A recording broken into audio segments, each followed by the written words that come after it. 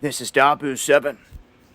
And as if things were not already bad enough in terms of inflation and the dollar just completely getting pounded out in terms of its buying power, well, it looks like it's about to get worse.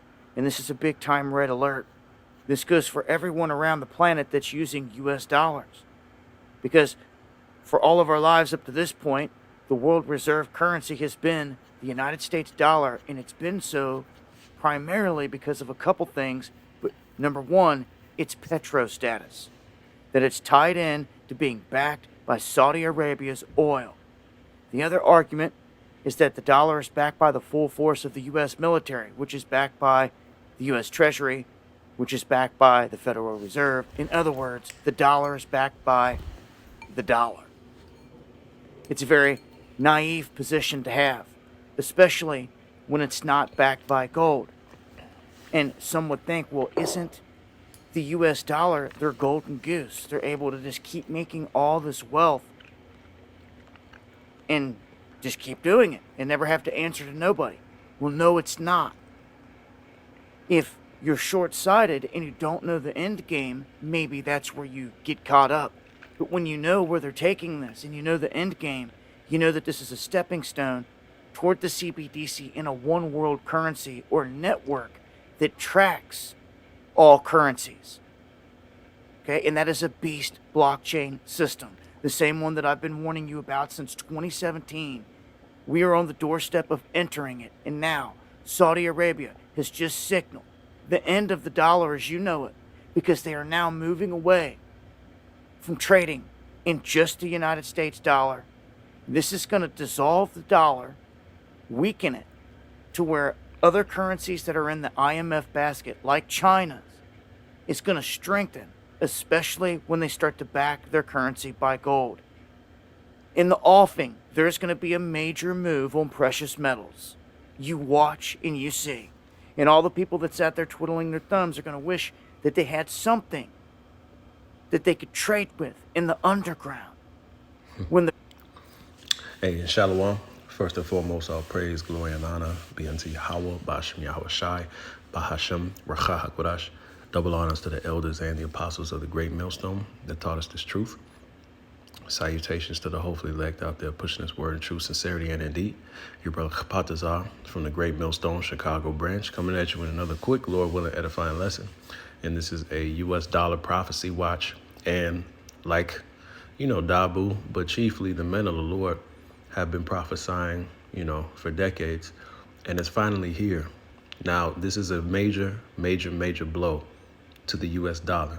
Like he said, when Saudi Arabia begins to accept other payments, other forms of payment outside of the U.S. dollar for its oil and other trade, that's going to signal the end. That is the collapse of the U.S. dollar hegemony that has been in place since the 70s. All right. Now, if you do your research, you go back in the 70s, I believe it was the 70s, they got rid of the gold standard. They linked a deal with the Saudis that the Saudis would only use U.S. dollars to trade their oil worldwide. This created, like I said, the standard of living, the way of life that we enjoy here in America, aka Babylon the Great, because all these different countries all over the world, they had to buy up millions and millions to billions of U.S. dollars in order to trade. Okay, so we was Debo, we had a monopoly. All right. And what did that do? That propped up our economy, and that eased our way of life, and then made our standard of living better, okay, than most other countries. All right. The U.S. was the top dog. And now that is no more.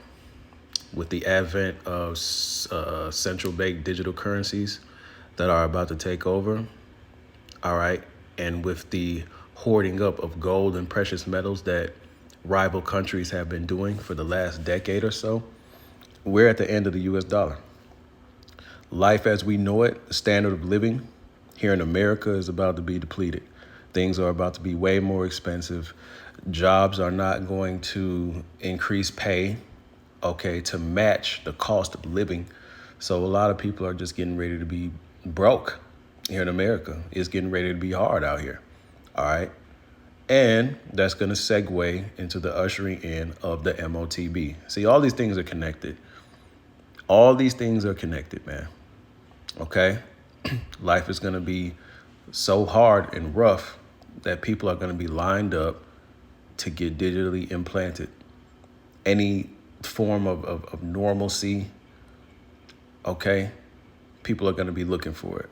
People are going to be willing to sacrifice themselves, sacrifice their own salvation, okay, just to get a good living.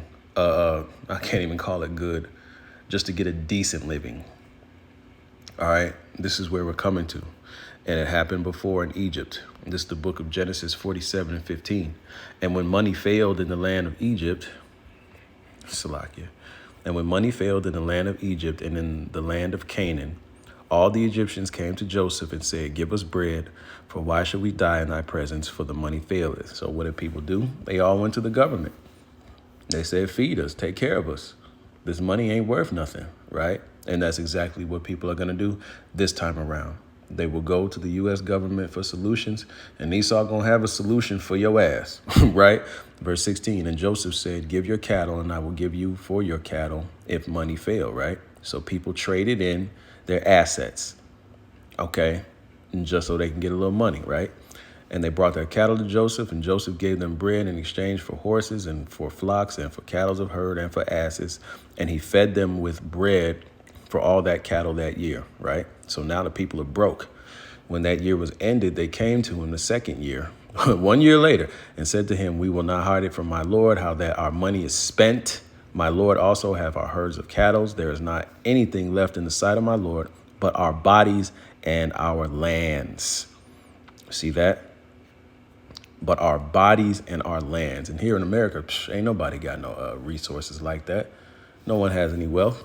That's part of the new, the Great Reset agenda. People will own nothing and be happy. Okay? So when these things fail, all right, hey, the chip starts to malfunction. Hey, man, you're going to be out of there, man. All right? When these banks run, when these banks collapse, all right, when your Apple Pay don't work, when all these things just come screeching to a halt, people are going to be like, look, man, well, all I got is my right hand on my forehead, you know. Verse 19, wherefore shall we die before thine eyes, both we and our land? Buy us for our land, buy us and our land for bread, and our land will be servants unto Pharaoh. Give us seed that we may live and not die, and the land be not desolate, right? And that's what's getting ready to happen on a massive scale. Like I said, this time around, people don't have any resources. All right, just through, especially in America, especially you Jakes, you Israelites, you so-called Negroes, Latinos, and Native Americans. Y'all ain't got shit. Okay, so it's going to be rather easy to get Jake to bow down. The main resistance, the main fight, the main rebellion is going to come from Edomites.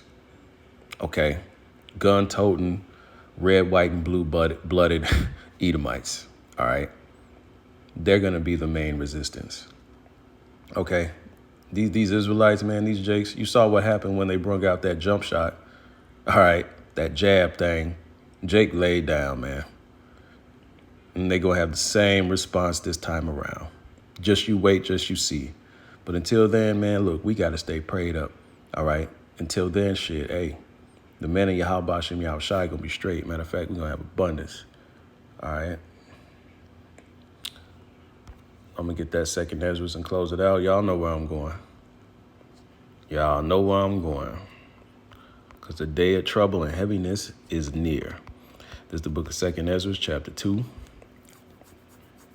Verse 27. Be not weary, for when the day of trouble and heaviness cometh, others shall weep and be sorrowful, but thou shalt be merry and have abundance.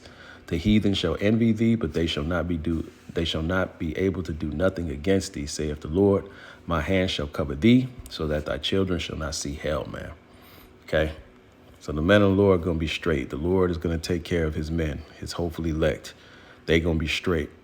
Everybody else is going to be in straits. So with that, all praise, glory, and honor be unto Yahweh Bashem Yahushai. Shalom, Baba Ball.